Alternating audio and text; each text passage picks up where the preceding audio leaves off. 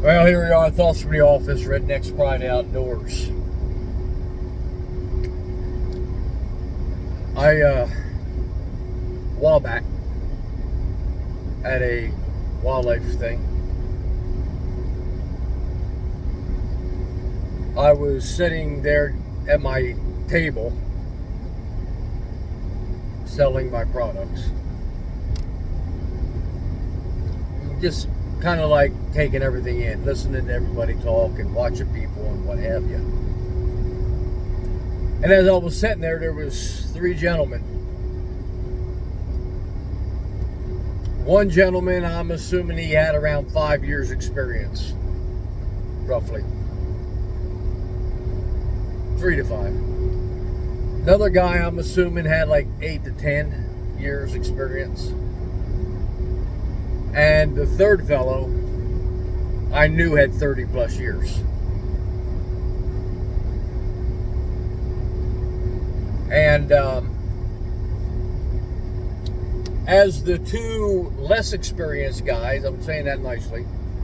I don't want to, I'm not condemning them for their inexperience or less. I'm just saying that they had less experience. They obviously had a good grip on the wildlife control industry that they was for their area and what they was doing. And they obviously had a lot of success in what they was doing. So they was talking with confidence, if you will. The older, more experienced guy was sitting there listening more or less. And I can't remember the exact way it happened, but something came up, and as I'm listening, I can see how the two younger guys was kind of like off base. They not that they was wrong, but they're not. They're basing it on what their experience told them. And the older gentleman kind of like just filled in a little bit of 30 plus years experience, in his mannerism, maybe did you think about this, that type of a thing, And I was amazed that the two other guys just kind of like brushed him off and more or less, in other words, told him he had no idea what he was talking about. And he shut up. Now, I'm sitting there looking at those guys, and I'm thinking, you fools. Yeah, you're good at what you're doing. But he's been there, done that. And if you had opened up and just listened to him just a little bit, he would have gave you a wealth of information, because what he had said was right in line with what I was thinking. Now, I'm an old goat, and granted, I'm a nobody. All right? But I'm looking at these two younger guys and saying, you could have just alleviated yourself a lot of headaches down the road if you had just listened to that old boy for a few minutes.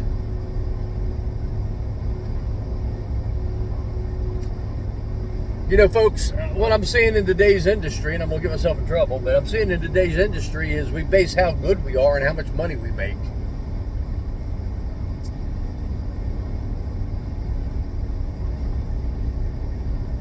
No, that just means you're a good businessman. It don't mean you're a good wildlife control specialist. It means you're a good carpenter. That's what it means.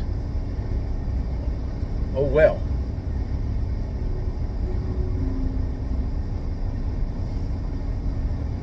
There's a lot to wildlife control. More than posi sets. More than Skippy peanut butter. Yes, I'm a bait and lure manufacturer. And I've been a bait and lure manufacturer since 1987. And I've sold a lot of ADC, taste baits and lures, and a lot of trapline baits and lures. And I sell a lot of deer scents, and I sell a lot of fishing scents, and I sell a lot of game calls, and I sell a lot. This isn't about me. This is what I'm talking to you younger guys. I'm not talking about younger in age. I'm talking about younger in experience. When you hear an old timer that's been around for a while talk, listen. Because their experience level is not based on how much money they made. Their experience level is based on how long they've been doing it.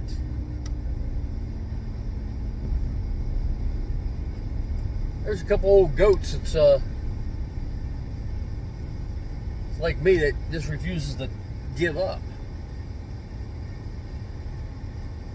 And I think of Paul. I think of the wealth of information that man has in his brain. I think of a few other guys. Paul Brooks. Wealth of information in their brains. A lot of these old timers, man, Anthony, unbelievable wealth of information in their brains. And they got it from learning it the hard way. They got it by learning it with their knees dirty, their hands getting bit,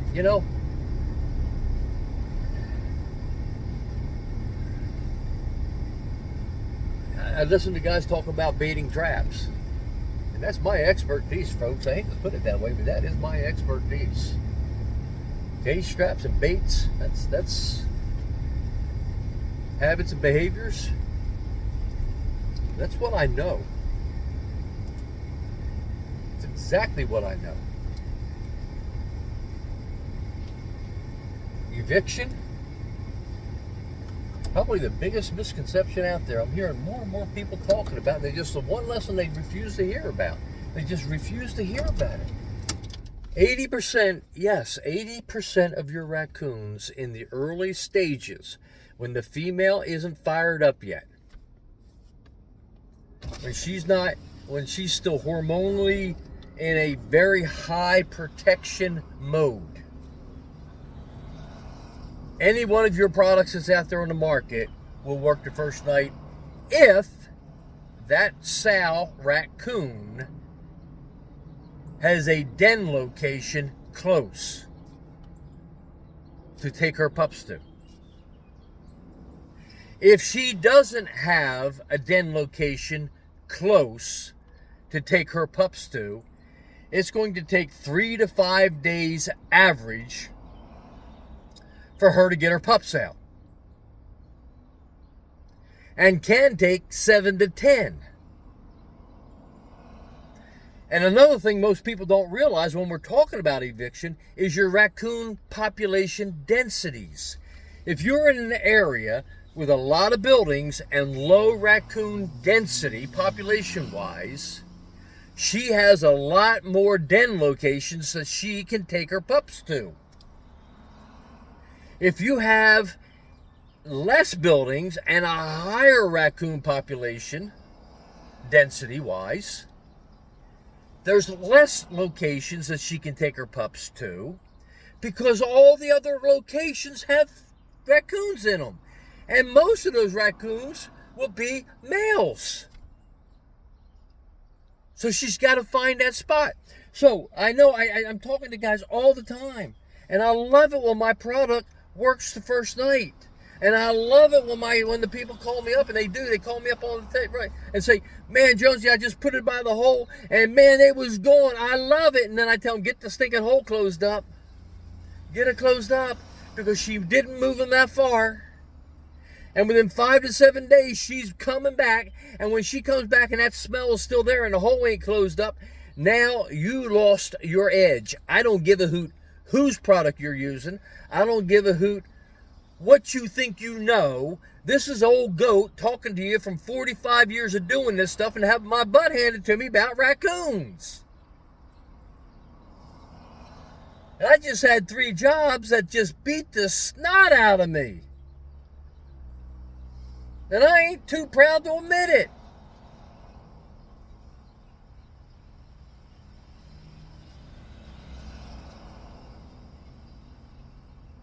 What's the best product out there? The one that you know how to work and use? What's the best strap out there? The one you know how to work and use? Listen, when it comes down to cage straps, I got 4 or 5 different types of traps I use depending on the situation I'm in. You ain't going to get no more precise than I am on that. I have a trap that I use for this situation. I have a trap that I use for that situation. I have a trap that I use over here, and I have a trap that I use over there.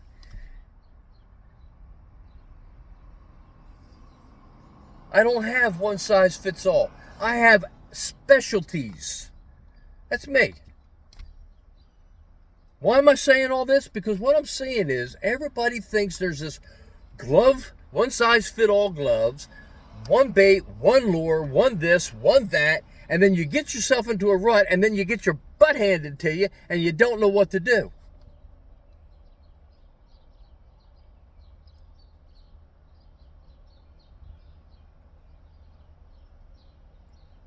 I'm giving 2 clinics here, June 1st and June 8th, on snares, cable restraints, snares. And I've had a few people just come to me and say, "You can't teach me anything, Jonesy, about snares." And I say, "No, I can't. You're right, I can't. There's not a doggone thing I'm going to teach you about snares. Not a doggone thing." So then I'll say to them, "Well, how many critters have you snared?" "Well, I get 50 animals a year."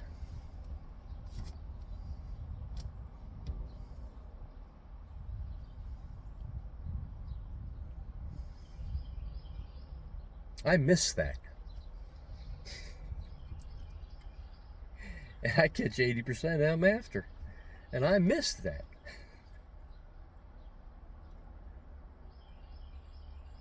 This is going to come off wrong, and I don't mean it to be wrong. I'm just trying to...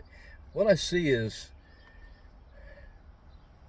people who are not thinking beyond their bubble.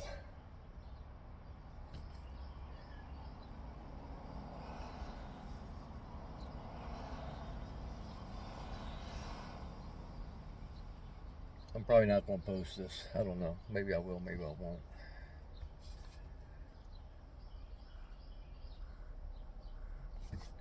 I had a guy block up a squirrel,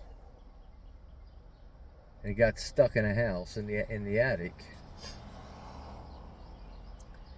And when he opened it up, like I told him to, when he called me, I said, "Open up the hole, let it out." He had let it go a week to where the squirrel had totally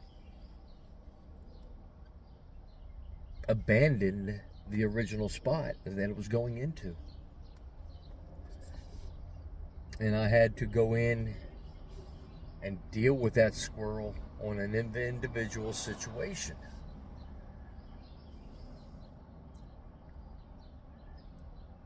And I had to do some out of the box thinking to get this squirrel, because it wasn't going back to the original hole, even though it was open, wide open, but it wasn't going back to the original hole.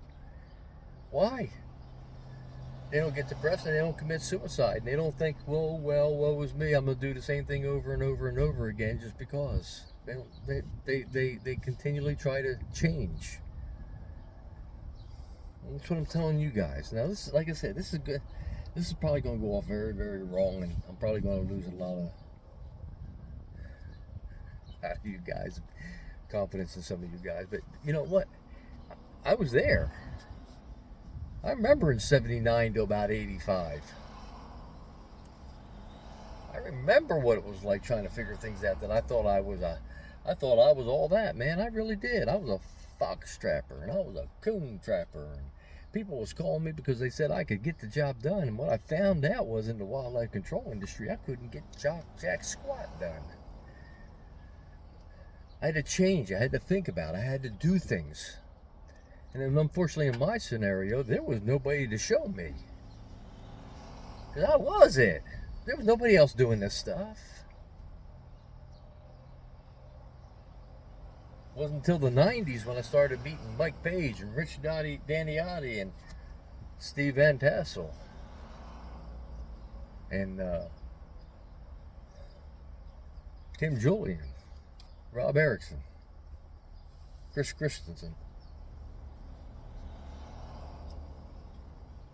I could just keep going on and on and on with the names that I met, that we could sit down and we could talk and we could figure things out. Get it figured out.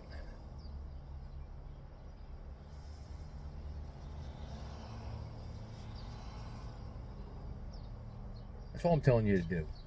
Don't put yourself into a box. Don't put yourself into a place that you got it all down pat and you can't learn. Let me tell you something. I'm going to throw out another name. Jason Turner. Most of you don't even know who he is. That's one guy to keep your eye on. Because he not only knows how to do it, but he's learned how to look at habits and behaviors and use it according to how he gets it done.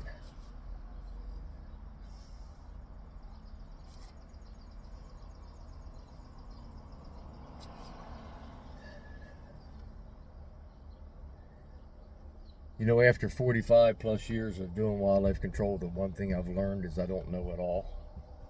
And I'm not too proud to admit it. And that every day there's a different scenario that I've got to learn.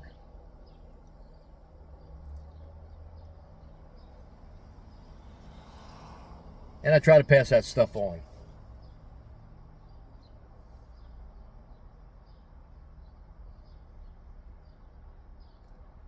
Well, like I said, I'll have to re-listen to this thing and see if I want to even post it or not. I don't even know if I want to.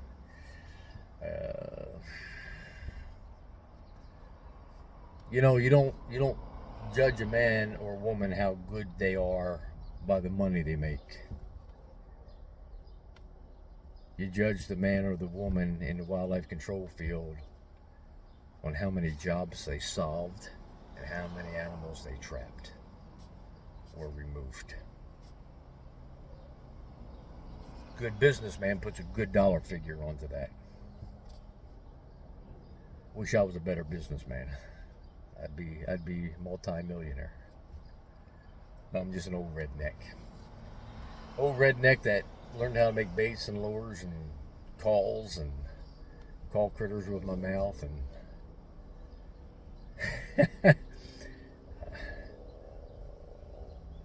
learn to be a good businessman, but learn the wildlife control industry inside and out too, also beyond the carpentry and the money skills. Learn habits, learn behaviors, learn the animal.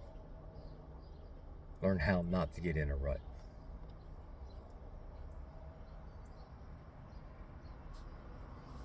Bud Boda, way back in the 80s. Most of you have no idea who Bud Boda is. And those of you who do knows what I'm going to say. He was a showy son of a gun. He had gold all over him. He was all show, man. But he was still a good trapper. But he was all show. A lot of guys didn't like him because he was all show. But I remember sitting at a table with him. I can't remember if it was Hughesville or where it was. I think it was Hughesville convention in the 80s. And I was sitting there talking to him, and he said to me, Ron, now he was a trapper. He was a fur trapper. Okay. And he said, Ron, every 5 years I go back to basics. And I looked at him and I said, you do what? He goes, every 5 years I go back to basics. And I said, why? He said, about every 5 years the animals will change habit and behavior for whatever reason. And he said, more important, every 5 years when I go back to basics, I see that I've picked up bad habits and didn't even know I picked them up. I said, every 5 years you do this? He said, yes, sir, every 5 years. I go back and I look at myself and I start from square one, basics again. I bet you it was maybe a year and a half, maybe, after that. I was down in Atlantic City. No, it had to be later than that. It was probably 88-ish, okay? Because I was selling my baits and lures. And I was in Atlantic City with my booth with my wife, and Woodstream was across the room from us, and Pete Askins was there. And we wasn't going into the wildlife talks per se, because it was mainly a pest control thing, but I was at the conference, whatever you want, wildlife pest control. And I was at my booth, and when things got slow, we got bored. I would either shoot over to the Woodstream table, because I knew Mike Goldstein and Pete Askins both. I don't even know if Pete Askins would remember me now. He might not. I don't know. That's been years and years ago. Mike Goldstein remembers me. But anyway, I would shoot over to the table. My wife would say, "Where are you going?" I said, "I'll be right back." She goes, "Don't you get over there and talk to them guys for hours." Blah, blah, blah, right? Or if things got bored for Pete, he would come walking over to my table. My wife would just shake her head. And I'll never forget this. I was having some trouble with a fox, I believe it was. And I couldn't figure out how to get it. And I couldn't figure out, now if you know Pete Askins, enough said, okay? Pete Askins is way up here, okay? And I was telling Pete my dilemma. I said, "What do you think, Pete?" And I remember what he said to me. He said, "I don't know what you're going to have to do, but I'll tell you one thing. If you go back to basics, you'll figure it out." But Bodas immediately popped into my brain. And I started doing that. About every 5 years at that time, I would go back and I would revisit basics on raccoons. I would revisit basics on fox. I would revisit basics on bait and lure strategies. I would whatever. Every year I was revisiting another 5-year type thing. And then I would look at myself and I would try to figure out my problems that I picked up, my things that I did wrong, my things that I was doing wrong and had no idea I was doing them wrong. Or the things that I was doing just because I wanted to do them because it made me feel good to do them rather than do them because the animal was telling me to do that. And it was from those 5-year things that I got my saying here. Do what the animal's telling you to do. No, I'm not trying to be funny. I'm being real here. Because the more you learn the animal, the more you understand the animal, and the more you can see behaviors of that individual animal, you will see where that animal is telling you to catch it.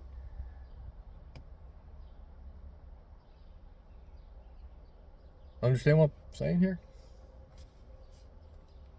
And it comes just like that after a certain period of time. Most of you are laughing at me. Most of you are just saying, "This gold coon is crazy." Some of you won't be. Some of you will be listening, and some of you will start your own 5-year programs. Some of you will go back to basics. Some of you will start thinking out of the box. Some of you will not think you've got her down pat, and you'll have to learn more and more better things, and you'll keep forcing yourself to learn more and more better things, and you will end up way up here in the wildlife control industry. You'll surpass us old goats. Just like that.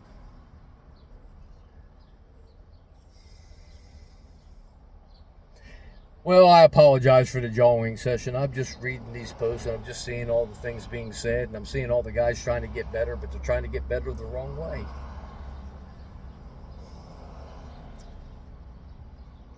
Just jawing from an old goat redneck. Thoughts from the office, Redneck's Pride Outdoors. I'll talk to you later.